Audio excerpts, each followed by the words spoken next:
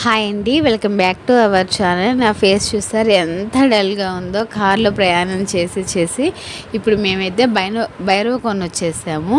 కానీ అక్కడ నుంచి దూరం నుంచే శబ్దాలు, వాటర్ శబ్దం బాగా వినపడుతుంది. పోయినసారి భైరవకొండ కంటే ఇప్పుడు భైరవకొండ చాలా బాగా చేశారనమాట. పైనుంచి వాటర్ పడుతున్నాయి కానీ అది ఎక్కడ పడుతున్నాయి ఏంది అని మనకు అర్థం కావట్లేదు. కాకపోతే పైనుంచి మాత్రం కొండలో నుంచి నీళ్ళు పడుతుంది మాత్రం అర్థమవుతుంది. అయ్యి దానికి ఇప్పుడు బాగా కట్టారు.